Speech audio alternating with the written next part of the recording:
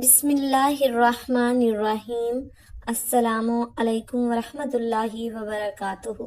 मोहतरम नाजरीन, अल्लाह करीम का कितना बड़ा करम है कि उसने हम पर माह रमज़ानुल मुबारक के रोज़े फ़र्ज करके हमारे लिए समान तकवा फराहम किया। अल्लाह ताला कुरान पाक में इरशाद फरमाता है कि ए ईमान वालों, तुम पर रोज़े फ़र्ज किए गए हैं जैसे अगलों पर फ़र्ज हुए थे कि तुम्हें परहेजगारी नसीब हो। इसका मतलब ये है कि रोज़ा बहुत पुरानी इबादत है, यानी कि हज़रत आदम अलैहिस्सलाम से लेकर हज़रत ईसा अलैहिस्सलाम तक जितने भी अंबिया कराम इस दुनिया में तशरीफ़ लाए, सब की उम्मतों पर रोज़ा मुख्तलिफ शक्लों में फ़र्ज रहा है। इससे साबित होता है कि रोज़ा रखना कितना ज़रूरी है। मगर आज की वीडियो का मौजू ये है कि कौन से ऐसे लोग हैं जिन्हें रोज़ा ना रखने पर भी गुनाह नहीं मिलेगा। ये 9 किस्म के लोग अगर रोज़ा नहीं रखते तो इनके ऊपर पकड़ नहीं होगी।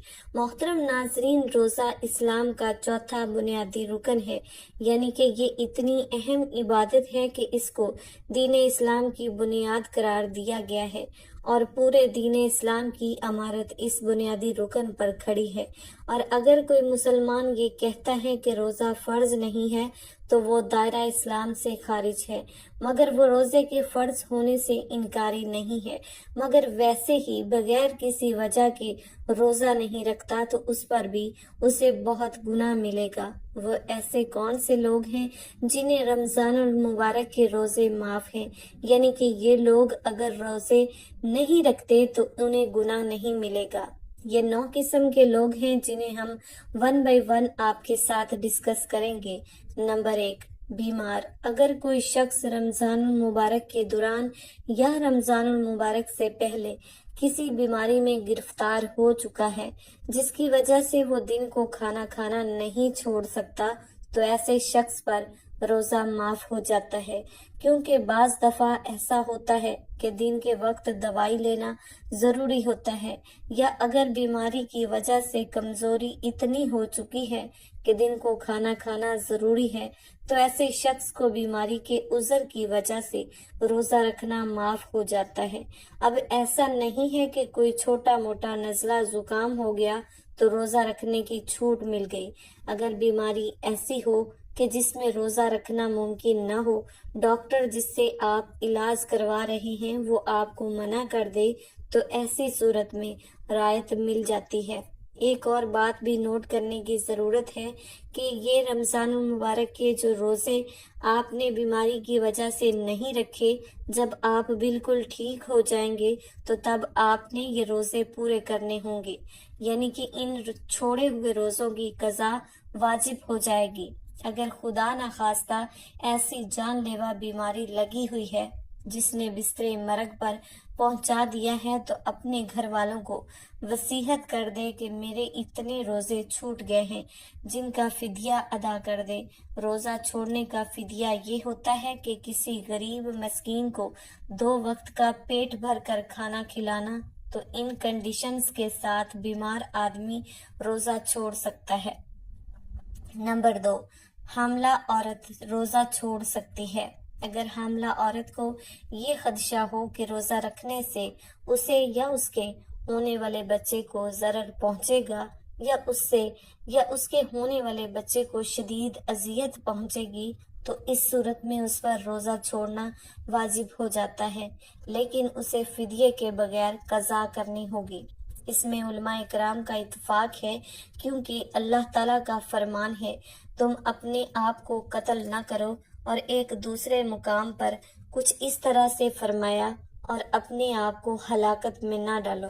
उलमा इकराम का इस पर इत्फाक है कि इस हालत में फिदिया अदा करना लाजिम नहीं, क्योंकि ये भी उस मरीज की तरह ही है जिसे अपनी हलाकत का खदशा हो, और अगर उसे सिर्फ अपने बच्चे के बारे में खदशा हो तो बाज़ उलमा कराम कहते हैं कि उसके लिए रोज़ा छोड़ना जायज़ है। उसके बदले में उसे कज़ा और फिदिया दोनों अदा करना होगा। نمبر 3، زیادہ بڑھاپا ہونا۔ روزہ ایک بدنی عبادت ہے۔ اگر بڑھاپے کی وجہ سے اس قدر کمزوری ہے کہ روزہ رکھنے سے جان کا اندیشہ ہے یا سخت مرض لاحق ہونے کا خدشہ ہے اور مستقبل قریب میں بھی صحت یابی کی امید نہیں، تو ہر روزے کے بدلے ایک فدیہ دینا واجب ہے۔ فدیہ دینے کا حکم اس وقت ہے جب تجربے سے خود محسوس کر لیا ہو کہ جان چلی جائے گی یا کوئی سخت بیماری لاحق ہو جائے گی، یا پھر کسی متقی مالج نے بتا دیا کہ روزہ رکھنے میں جان جانے کا، مرض لگ جانے کا سخت اندیشہ ہے۔ آج کل بیماری میں متقی مالج کا میسر آنا مشکل سا ہو گیا ہے، اس لیے روزہ رکھ کر خود تجربہ کر لینا چاہیے۔ اگر جان جانے یا شدید مرض لاحق ہونے کا خدشہ ہو تو رمضان المبارک میں روزہ چھوڑ کر بعد میں اس کی قضا کریں، اور جب تک روزہ رکھنے کے قابل نہ ہوں نہ رکھیں، اور اگر اسی حالت میں کسی کی موت واقع ہو جائے تو نہ روزے کی قضا ہے اور نہ ہی اس کے بدلے فدیے کی ادائیگی واجب ہے۔ نمبر 4، دودھ پلانے والی عورت۔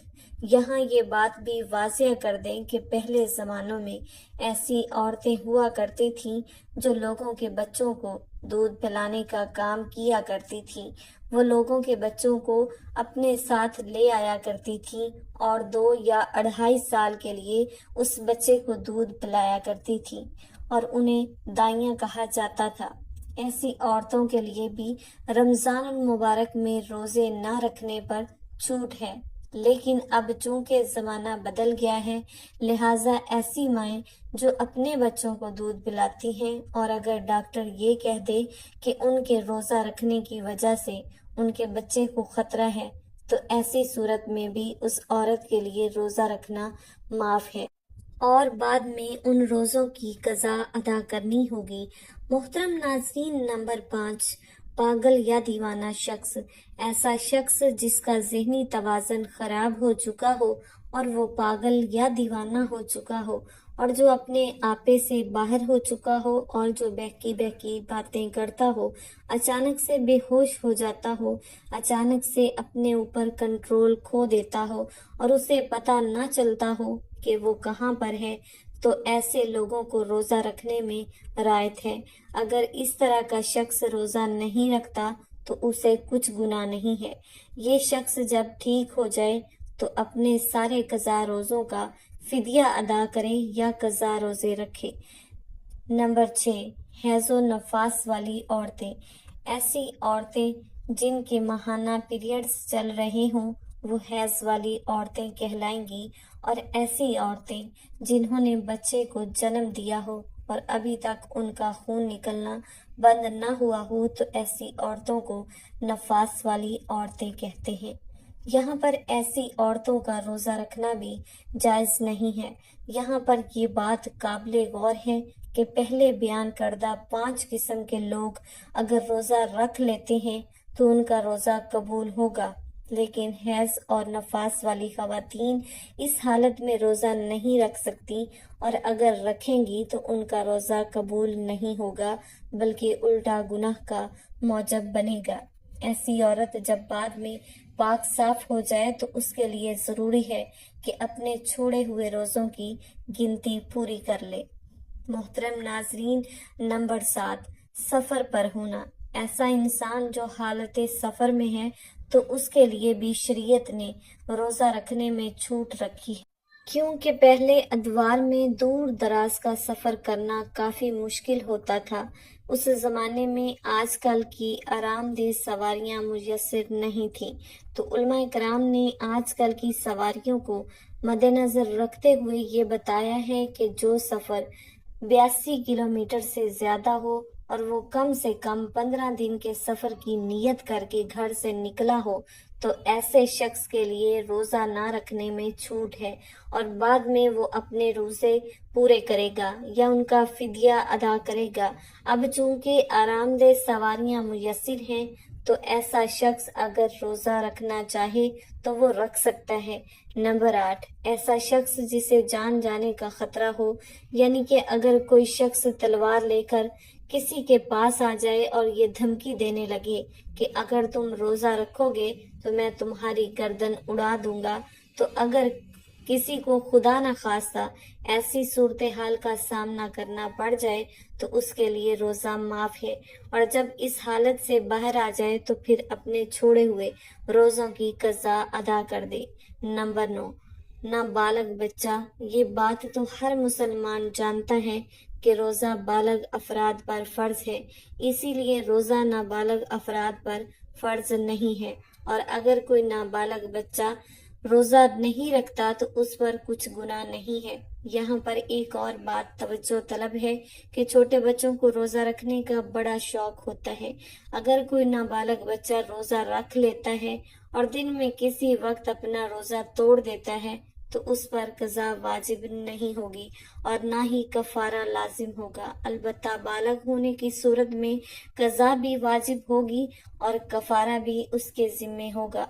दुआ है कि अल्लाह पाक हम सब मुसलमानों को सारे रोज़े रखने की तौफीक अता फरमाए और इस माह मुबारक की तमाम बरकतों से फैज़ याब होने की भी तौफीक अता फरमाए, आमीन। अगर वीडियो आपको पसंद आई है तो चैनल को सब्सक्राइब कर लें, सदका जारिया की नीयत से शेयर भी कर दें और कमेंट सेक्शन में कोई अच्छी बात ज़रूर टाइप करें। अल्लाह हाफिज़।